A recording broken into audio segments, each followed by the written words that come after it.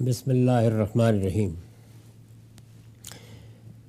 عن عبد الله ابن الدالمی قال دخلت على عبد الله ابن عمرو ابن العاص وهو في حائط له بالطائف يقال له الوهد وهو مخاصر فتى من قريش يظن ذلك الفتى بشرب الخمر فقال سمعت رسول الله صلى الله عليه وسلم يقول من شرب الخمر شربة لم تقبل له توبة 40 صباحا فإن تاب تاب الله عليه فإن عاد لم تقبل توبته 40 صباحا فإن تاب تاب الله عليه فإن عاد كان حقا على الله أن يسقيه من طينة الخبال يوم القيامة۔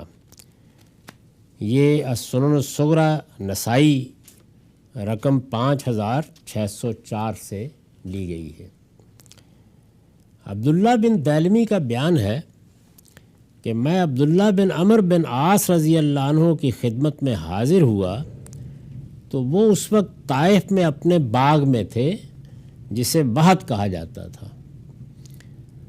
عربوں کے ہاں جو لوگ مکے میں بھی قیام پذیر تھے اور کھاتے پیتے لوگ تھے تو انہوں نے ایک طرح سے اپنا گرمائی صدر مقام سا طائف کو بنا رکھا تھا۔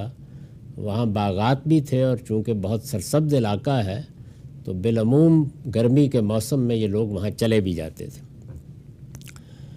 وہ اس وقت طائف میں اپنے باغ میں تھے جسے وہد کہا جاتا تھا۔ وہ قریش کے ایک نوجوان کا ہاتھ پکڑے ہوئے ٹہل رہے تھے جس کے بارے میں لوگوں کا خیال تھا کہ شراب پیتا ہے۔ راوی حضرات بات کو بہت مختصر طریقے سے بیان کرتے ہیں۔ ظاہر ہے کہ آپ کے خاندان میں قریبی اعزاء میں اگر کسی نوجوان کو یہ لت پڑ جائے اور نشے میں مدہوش رہتا ہو تو بزرگ نصیحت کریں گے، اور یہ نصیحت گھر میں بھی ہوتی ہے، بعض اوقات آپ کہیں اپنے ساتھ لے جاتے ہیں، یہ معلوم ہوتا ہے کہ ایسی کوئی صورت تھی۔ تو وہ ایک نوجوان کا ہاتھ پکڑے ہوئے ٹہل رہے تھے جس کے بارے میں لوگوں کا خیال تھا کہ شراب پیتا ہے۔ میں وہاں پہنچا تو انہوں نے بتایا کہ میں نے رسول اللہ صلی اللہ علیہ وسلم کو سنا ہے کہ آپ نے فرمایا جو شخص شراب کا ایک گھونٹ پیے گا اس کی توبہ 40 روز تک قبول نہیں کی جائے گی۔ یہ صاف معلوم ہوتا ہے کہ وہ پہلے تو کچھ ملائمت سے اس کو ساتھ لیے پھرتے رہے، جب یہ آ گئے تو براہ راست بات کرنے کے ان کو خطاب کر کے انہوں نے یہ روایت سنائی، یعنی رسول اللہ کا یہ ارشاد فرمایا جو شخص شراب کا ایک گھونٹ پیے گا اس کی توبہ 40 روز تک قبول نہیں کی جائے گی۔ یعنی کیا وجہ ہے؟ آدمی گناہ کرتا ہے، توبہ کرتا ہے، اگر دل کی گہرائی سے ندامت کے جذبے سے توبہ کی گئی ہے تو قبول ہونی چاہیے۔ اس کو کیوں مؤخر کیا جائے گا؟ 40 دن تک توبہ قبول نہیں کی جائے گی۔ اس پر میں نے لکھا ہے یعنی قبولیت کو مؤخر کیا جائے گا۔ اللہ تعالیٰ قبول تو کریں گے، دل سے توبہ کی ہے تو کیوں قبول نہیں کریں گے، لیکن قبولیت مؤخر کی جائے گی تاکہ معلوم ہو کہ ارادہ پختہ ہے۔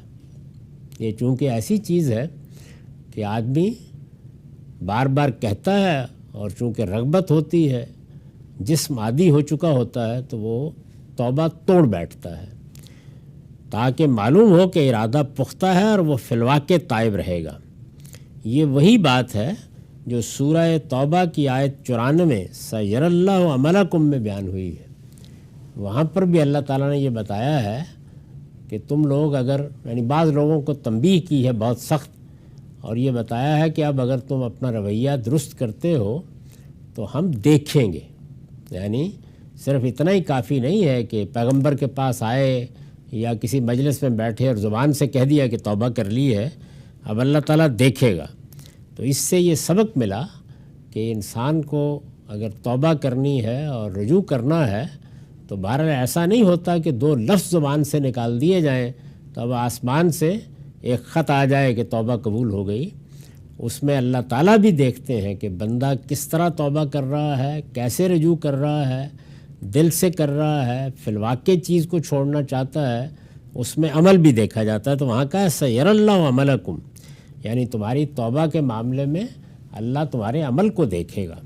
شراب چونکہ ایسی چیز ہے کہ اس کی لت پڑ سکتی ہے اور منہ کو لگ جائے تو چھوڑنی آسان نہیں ہوتی، اس لیے ضروری ہوا کہ قبولیت سے پہلے دیکھا جائے کہ توبہ دل سے کی گئی ہے اور کرنے والا اس پر قائم بھی رہے گا۔ یہ چیز شراب کے ساتھ تو خیر ہر آدمی جانتا ہے، اور بھی بہت سی چیزیں، جیسے بہت سی وہ چیزیں کہ جن کو انسان ناجائز تو نہیں کہہ سکتا، لیکن بہرحال وہ ایک بری عادت بن جاتی ہے، جیسے سگریٹ پینا ہے یا اور اس طرح کی کوئی چیز، اسے بھی چھوڑنا آسان نہیں ہوتا۔ آدمی جانتا ہے کہ یہ چیز غلط ہے، اس سے نجات پانا چاہتا ہے، لیکن آسان نہیں ہوتا۔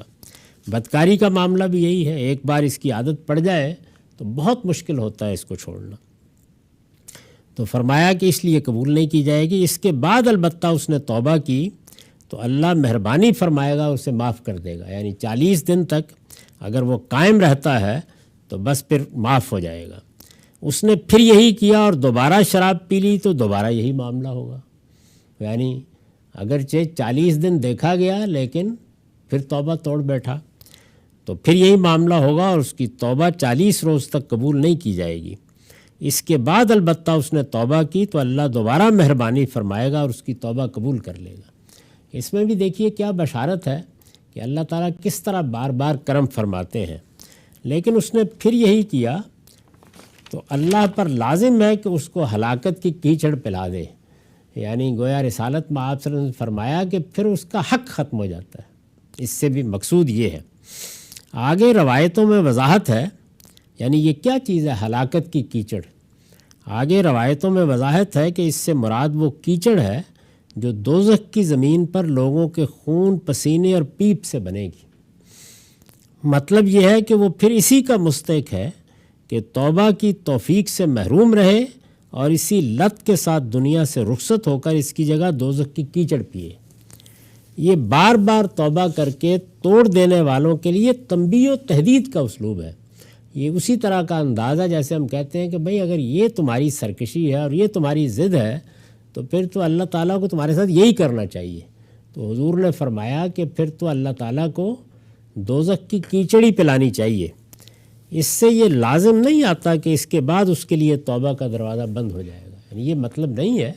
توبہ کا دروازہ تو جب تک انسان دنیا میں ہے آخری لمحے تک کھلا رہتا ہے، یہاں تک کہ سکرات موت طاری ہو جائے۔